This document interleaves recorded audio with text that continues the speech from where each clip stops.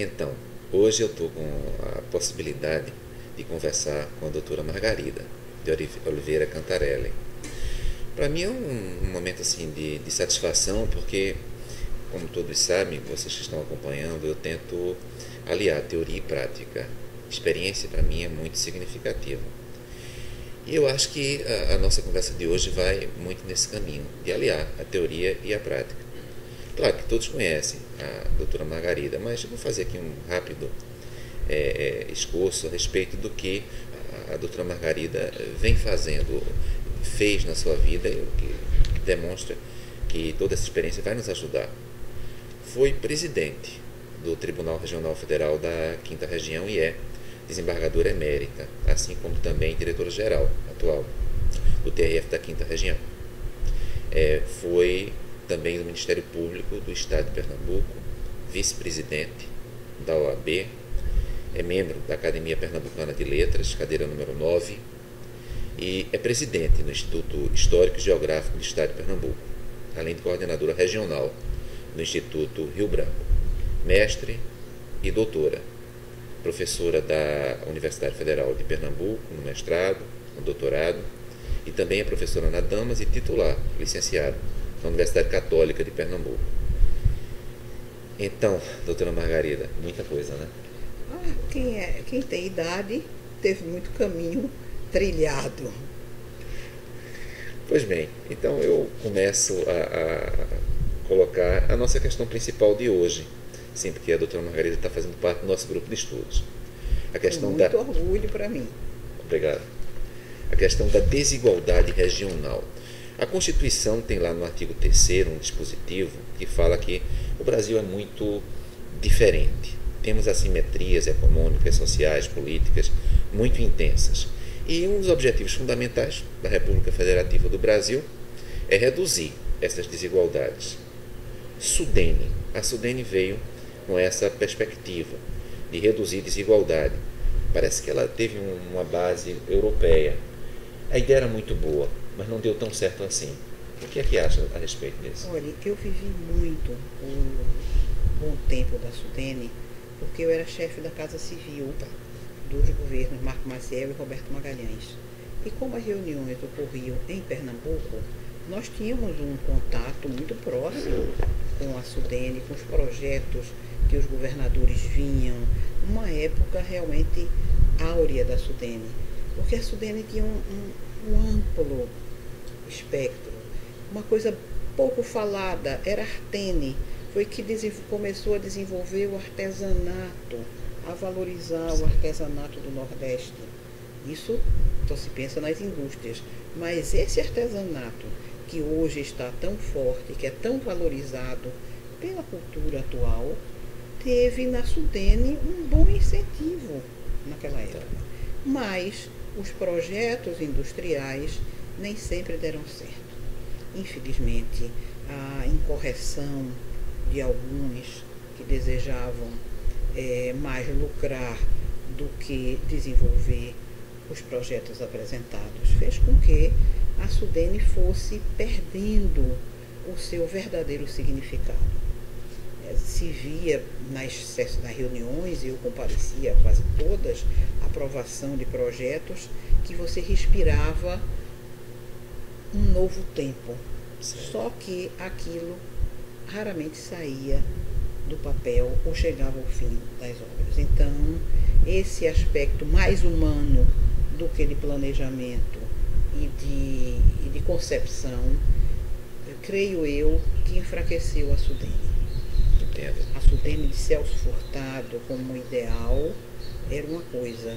A Sudene, quando começou a ser trabalhada por projetos específicos, nem sempre teve bom resultado. A gente tem às vezes uma dificuldade de som, então se pudesse falar um pouquinho mais alto. Certo. Tá bem? Dentro da Sudene, pela minha experiência, eu sou juiz desde 93, aqui na Justiça Federal. E eu vi muitos casos relativos ao FINOR. Sim. E o FINOR foi um fundo de desenvolvimento do Nordeste extremamente importante. Contudo, e que tinha a Sudene como agente operador. Contudo, a gente verificava também muitos investimentos que não ocorriam e às vezes investimentos superestimados. Exatamente. Tem um caso muito interessante em uma audiência que eu fiz, onde a pessoa apresentou a planta, que já possuía 20 anos de incentivo, recebendo incentivo. E apresentava a planta e eu dizia, sim, mas desses 20 anos, o que fez? Aí ela dizia, a planta. E eu sem entender. Mas o que fez além da planta? Era sempre a planta. Só depois é que eu concluí que ele só havia feito a planta. Então, a questão a ideia é tão boa, por que a fiscalização não foi tão grandemente importante quanto Não a ideia? Não precisaria nem ser grande. Houvesse fiscalização verdadeira. Eu também julguei um processo que a quantidade de gado adquirida era imensa e de repente aquele número minguou. Não, era que comeu uma erva chamada vaqueta. Certo. E eu fiz ligeiramente o cálculo, nem a vaca louca tinha conseguido um número tão grande de perda de gado do que a tal vaqueta de uma única propriedade na Bahia. Então se vê que é uma coisa impossível de ser adquirido. E contam como piada, isso me contou um amigo como piada, que quando ia o fiscal para contar o gado ia passando e iam fazendo a contagem. De repente, o fiscal disse, não, por favor, aquela de ponta quebrada já passou 3 vezes. Quer dizer, como um animal tinha um detalhe que o diferenciava dos demais, um defeito no chifre, então ele pôde observar que aquele mesmo animal já tinha passado para a contagem 3 vezes. Então, aí isso me remete a uma outra questão, que é a seguinte: grande parte dos recursos da SUDENE, do Banco do Nordeste, do FPM, do FPF, Fundo de Participação dos Municípios e Fundo de Participação dos Estados, vem de IPI e de IR, Produtos Industrializados e Renda. E aí o sul do país... lá fazia os abatimentos no imposto de renda por os fundos. Aí eu lhe pergunto, pela tua experiência, aí o sul e o sudeste dizem, mas já foi muito dinheiro para o nordeste, afinal de contas, IPI, Produtos Industrializados, a indústria em grande medida no sul e no sudeste. Imposto sobre a renda, que são, digamos, os impostos que mais permitem existir essa tentativa de reequilíbrio entre as regiões, esse dinheiro vem do sul e do sudeste. E dizem, olha, será que vale a pena pagar para que o Nordeste se desenvolva? Se há tanto desvio, o que é que acha dessa perspectiva do sul e do sudeste em relação ao Nordeste? Não é justa. Desvio sai em todo lugar. Também me reportando a um outro processo famosíssimo aqui, o processo da mandioca. Certo. Era a 10ª parte do que tinha sido o Banco Meridional do Sul. Certo. Em matéria de valores. Então, o que há é que também, não é que não tenha havido incorreções, não. Houve sim, e muitas. Mas se dá uma dimensão maior ao problema do que efetivamente ele quantitativamente representa. Se não tivesse havido a morte do procurador Pedro Jorge, aquele processo teria passado, porque quantitativamente ele não representava tanto quanto outros escândalos da mesma época que estavam ocorrendo no Sul e Sudeste. Quer dizer, então, que permite concluir que na área de direito financeiro e de direito tributário, às vezes o que a mídia ela pega é menos o valor envolvido e mais, digamos, as circunstâncias. As circunstâncias em torno. Realmente, isso pesa na divulgação do fato. Bom, eu também pergunto o seguinte, a respeito do Banco do Nordeste, porque se a SUDENE teve uma solução à dificuldade de continuidade, o Banco do Nordeste ele já tem essa permanência. O que fazer? Não é? Se nós identificamos problemas no passado, não é? Mas o Nordeste continua com graves dificuldades de desenvolvimento, não é? O que fazer ainda com os instrumentos que nós possuímos? Por exemplo, o BNDES, Banco do Nordeste, teria alguma perspectiva, alguma sugestão? Olha, eu acho que tudo isso depende da administração. é muito mais, e eu digo em tom de brincadeira, é muito mais o personograma do que o organograma. Quem vai estar à frente de determinadas atividades.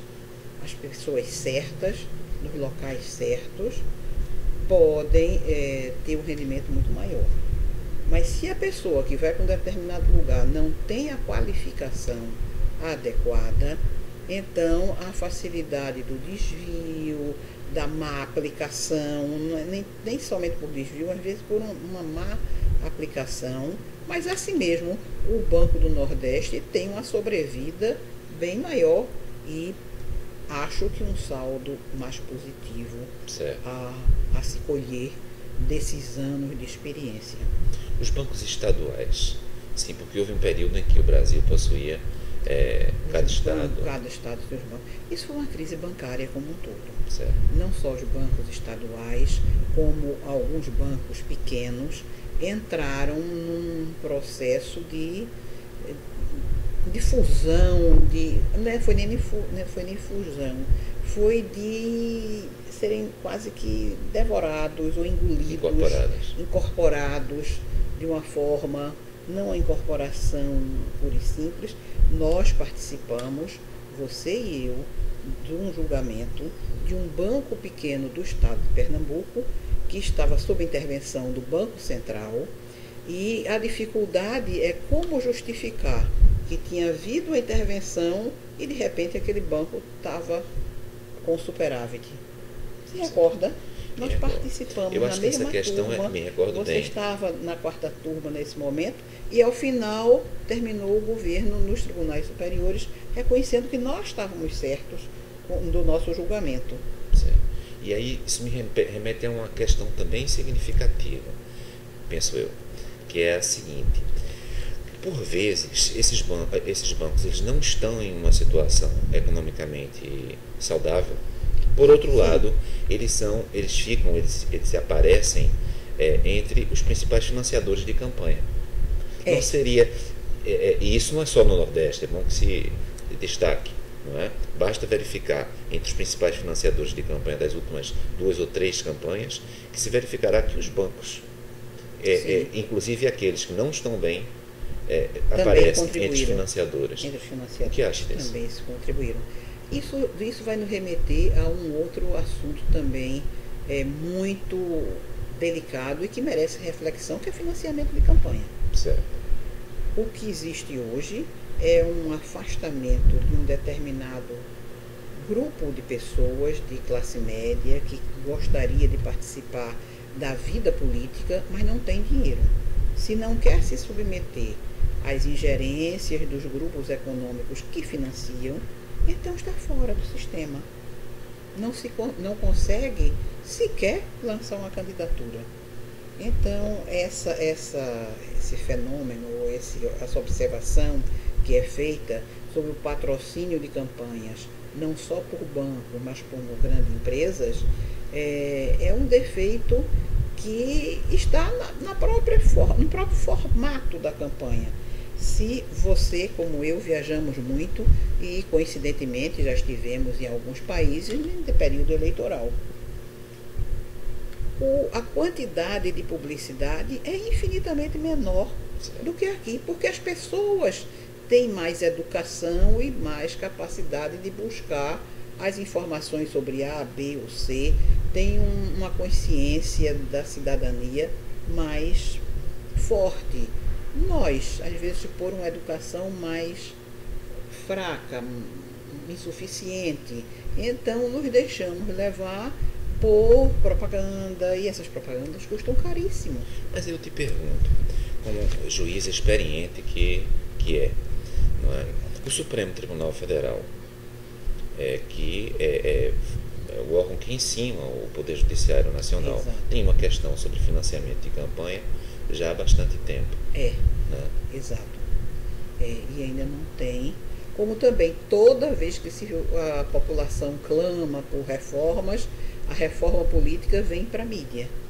Mas não é atacado o ponto crucial, que realmente não é o financiamento, é o custo da campanha.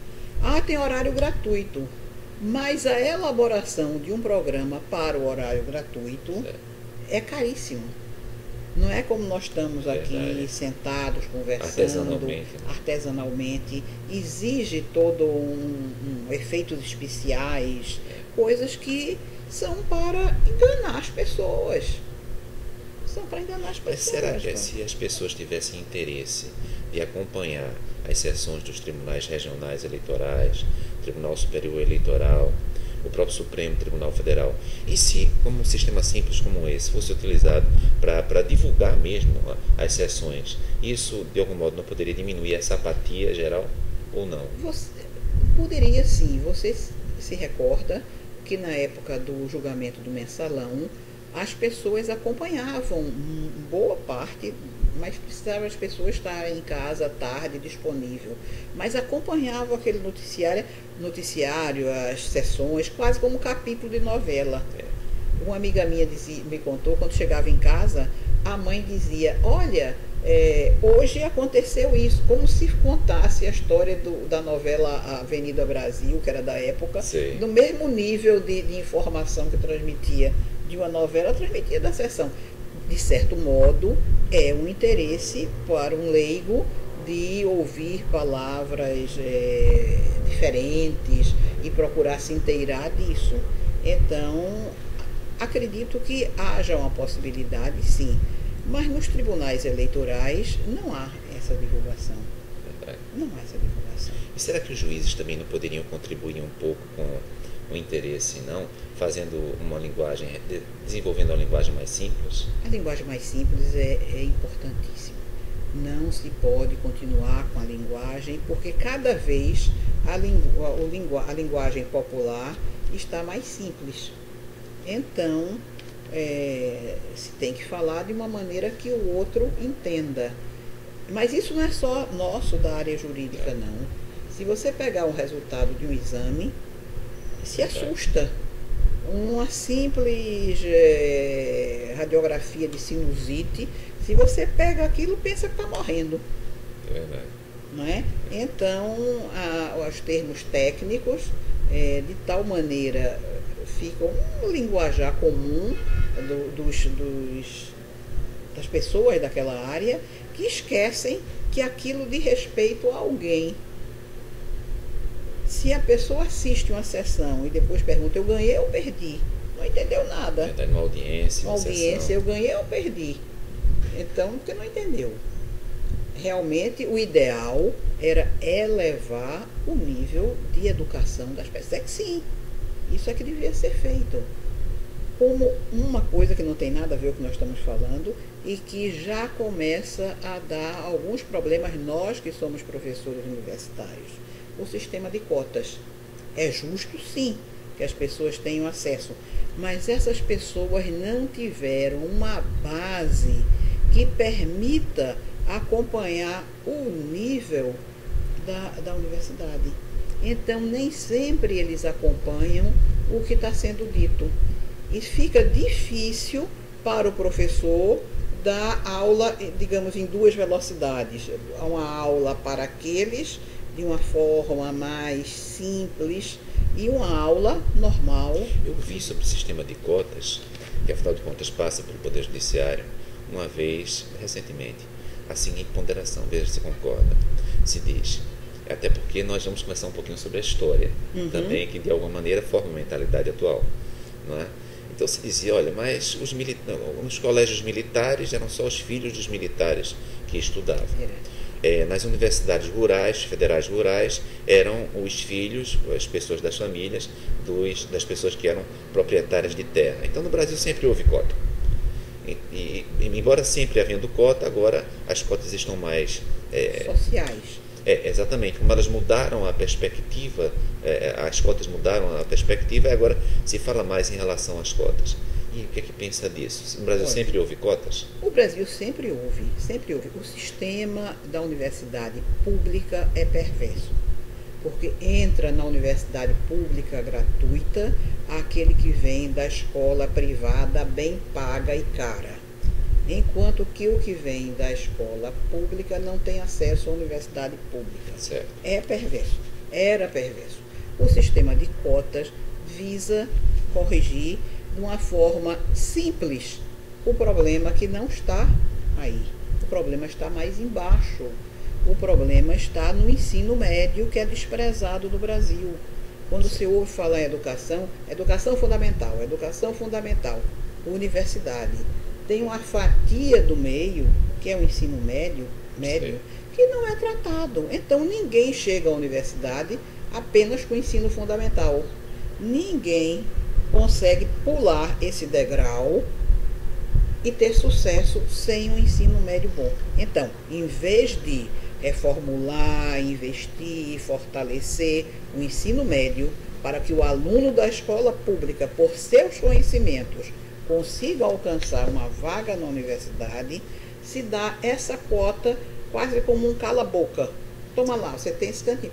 Mas, na prática, essas pessoas não vão ter a mesma condição profissional futura.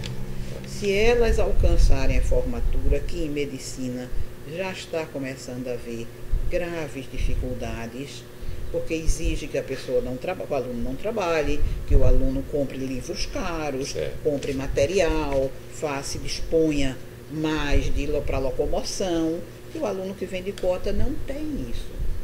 Então, é preciso que se caia na realidade que o ensino médio é fraco. É um aluno que fez o artigo, esses supletivos, como uma pessoa que fez um supletivo, porque sequer cursou regularmente o ensino médio, vai ter um cabedal de conhecimentos que permita que ele ascenda a um curso superior. Não é que eu esteja pregando que o aluno de escola pública, a pessoa economicamente menos favorecida, não tem acesso à universidade. O que eu acho é que se está fechando os olhos para a realidade dessa parte da educação que não é tão valorizada, porque não é valorizada, que é o ensino médio, entre o fundamental e a universidade. Mas essas pessoas, com todas essas dificuldades que são reais, elas se interessam pelas novelas, por uma realidade paralela. Elas não teriam condição de se interessar também pela vida real, tipo, pelas sessões dos tribunais, um tribunal regional, federal, por exemplo, que decide coisas, ao meu ver, tão significativas. Teriam, sim. Aí a gente tem que fazer uma meia-culpa. A justiça, durante muitos anos, viveu dentro de uma redoma. Certo. Viveu dentro de uma redoma porque era algo que estava, não digo acima, mas afastado da realidade social. Quantas vezes se ouviu comentários, mas um juiz indo a tal lugar fica vulnerável, né? Quer dizer, esse isolamento isolou-se em tudo. Isolou-se como poder, como atividade e até como linguagem. Sim. Então, essa volta para a sociedade, para ver, nós somos um serviço público, como qualquer outro, apenas a nossa atividade é julgar, como podia ser fazer uma cirurgia, como podia ser dar uma aula numa escola, ou construir uma ponte. Verdade. Então, a consciência precisa ser trabalhada muito, e eu sempre tive essa preocupação, você sabe, na escola da magistratura, desse caráter humano do magistrado e dos serventuários da justiça como servidores públicos.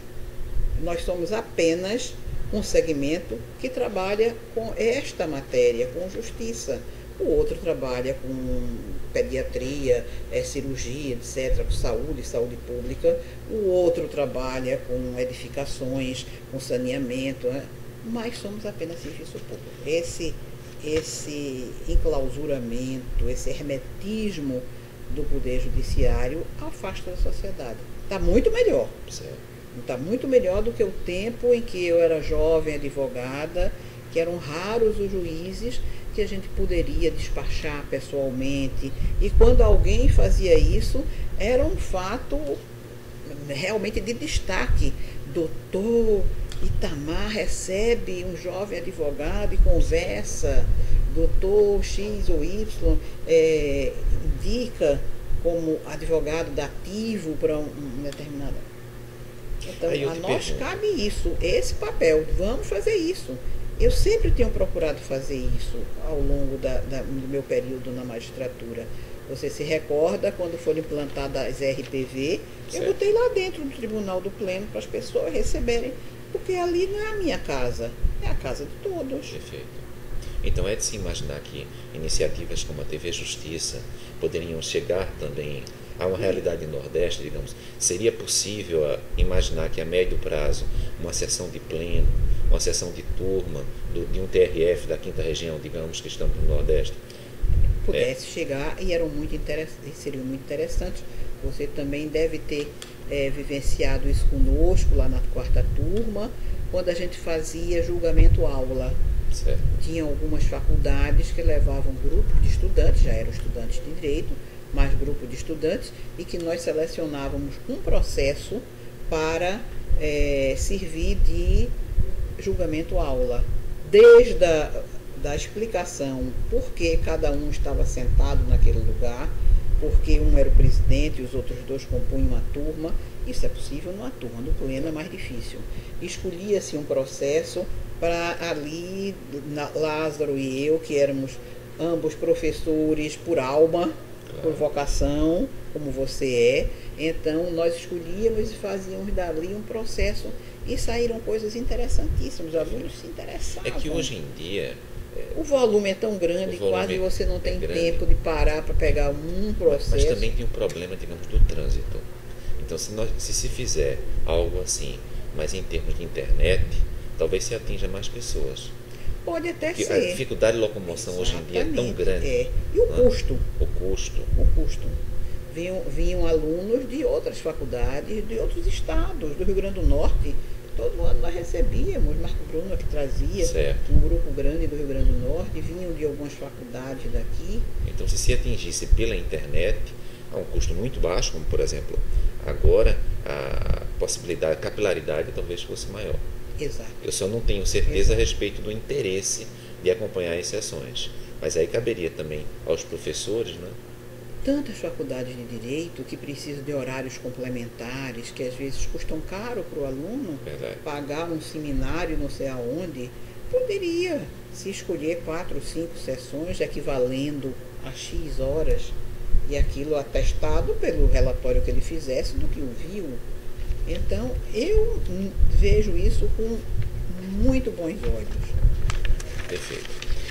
Bom, mas eu também queria conversar um pouco, porque a doutora Margarida é uma profunda conhecedora da história do Nordeste. Aí tem artigos escritos, vários destaques. Eu pude aqui verificar no currículo Lattes da doutora Margarida que isso não é recente. Já no início dos anos 70, já teve um artigo sobre os problemas do Nordeste do Brasil quanto ao desenvolvimento do Nordeste. Não é? Exato. E aí, nesse momento, falava o que a respeito dos problemas de desenvolvimento do Brasil? Naquela época, do Nordeste do Brasil. Naquela época se destacava muito o problema da terra.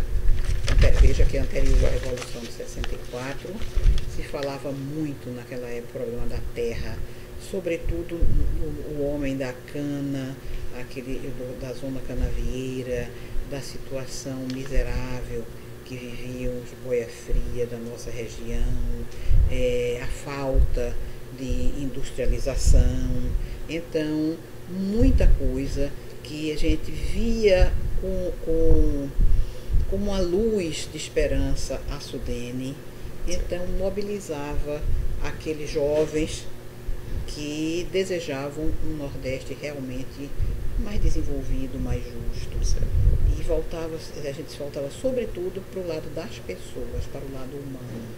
As pessoas viviam numa condição, e ainda vivem muitos, numa condição bem piores do que hoje, subhumanas, e para isso várias linhas de desenvolvimento surgiam, como a grande esperança da Sudene, que na realidade não se concretizou. Nós temos uma questão de tempo, a conversa está ótima, e eu já vou lançar o assunto do próximo bloco. Claro. Que é o seguinte, dentro dessa perspectiva histórica. Queria conversar um pouco sobre o fato de que, por exemplo, Pernambuco não aprovou o projeto da Constituição de março de 1824. Exato. Então, Pernambuco tem uma história, digamos assim, de revoltas. de não aceitação do que se Exato. apresenta. É o Ao ponto, irredentismo pernambucano. veio a Confederação do Equador, em parte, em grande Exatamente. parte, por isto. Por isso. Então, eu quero discutir isso, quer dizer, se Pernambuco não sofre, inclusive territorialmente, Sofreu né? territorialmente. Perdendo muitos espaços geográficos, mais da metade em razão desse espírito. desse espírito. Próximo bloco, a doutora Margarida vai falar sobre isso conosco, tá bom?